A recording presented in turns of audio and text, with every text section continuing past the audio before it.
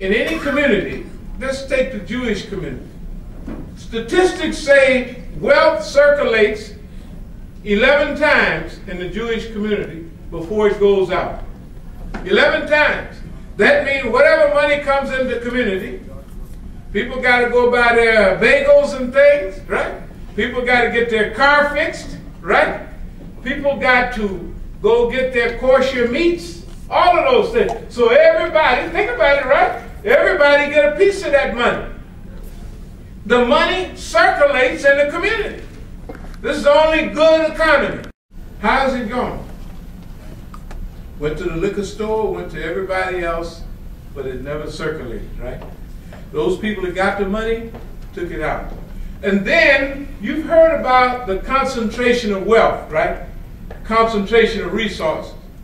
Any money that was left over was concentrated to us, the drug dealers, right? So we collected most of the money in the community. And what did we do with that money? Did we circulate it? Well, some of it we did, but most of it went to those days to the Cadillac dealer, the Benz dealers, and we had gold and diamonds on our fingers and around our neck that was supporting who? South Africa. Huh? That's a closed-in system.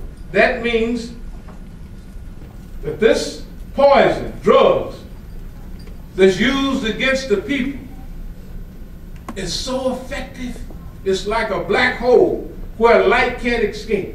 Nothing gets out. Nothing usable is left for the black community. That's why when you turn on the news now and there's no development, no life, no struggle, killing in the black community, it was something that was developed and put on us.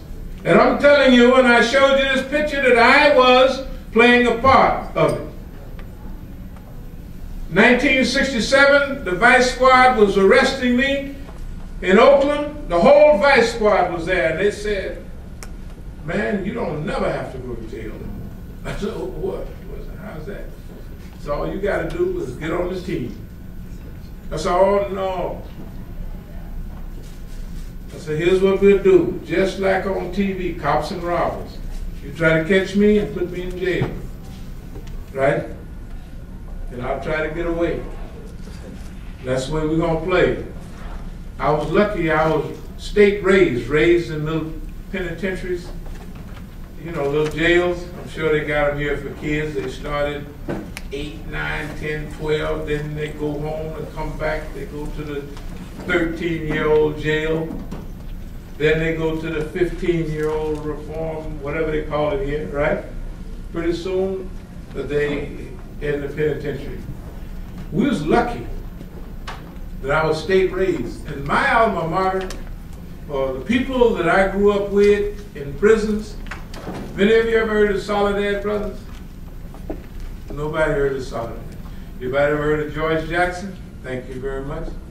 Those are the days of rebellion. All of those people were high-level leaders in the black movement, which was a part of rebellion. Prison rebellion. Soledad is a prison in California. George Jackson was one of the assassinated leaders. And we have a lot of leaders that were assassinated. Fred Hampton, Mark Clark, many of them. They tried to kill H. Rap Brown. You ever heard of H. Rap Brown? Imam Jamil Al-Amin? They tried to kill him right out of the University of the Eastern Shore. A bomb went off. Police, the feds set off a bomb. And Imam Jamil got in the second car instead of the first. But it killed Ralph Featherstone and all of them. I'm telling you that this United States government, that the immigrant community loves so much, is the biggest murderer and a criminal that the world has ever known. It makes Rome and Britain look like small fries. Most of you came out from under British colonialism, right? Huh? Indo-Pakistanis, y'all was under British colonialism. From Saudi Arabia backed that bum, Abdul Aziz ibn Saud, and made him the king of Jaziratul Arab, which is now called Saudi Arabia. So when you look at all of those bums in the Middle East that they call moderates, you're looking at installed criminal regimes that fight us today harder than anybody else.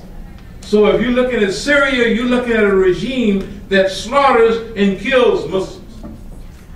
Huh? If you're looking at Algeria, you're looking at a regime that the FLN has goal is to stifle Islam. So this war on drugs was a war on black people. It worked very well. It was a war that was created and developed by the system. Now in passing, before we go to the war on Islam, we have to remember American history, right?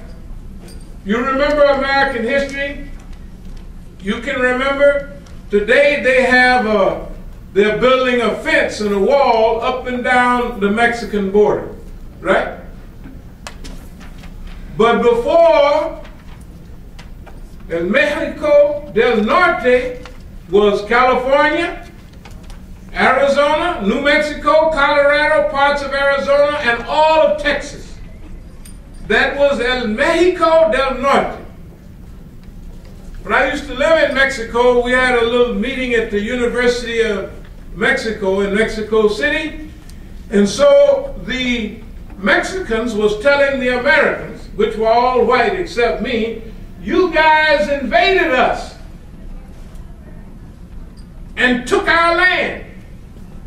So the common American would say, we never invaded anybody. So I got up and walked around the room. I said, from the halls of Montezuma to the shores of Tripoli. They said, that's right.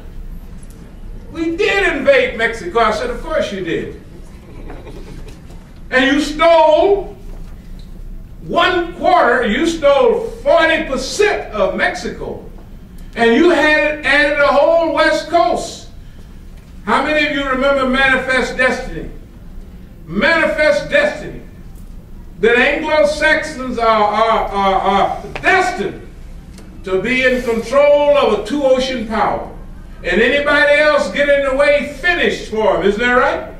So if we got Mexicans out there, we'll go and run them over. Isn't that right? And that's what they did. And they took it. Now they build a wall and tell the Mexican, you can't come over here. This is the United States. Isn't that right? And they tell a Filipino that you can't come here unless you got, of course that used to be part of the Philippine colonies.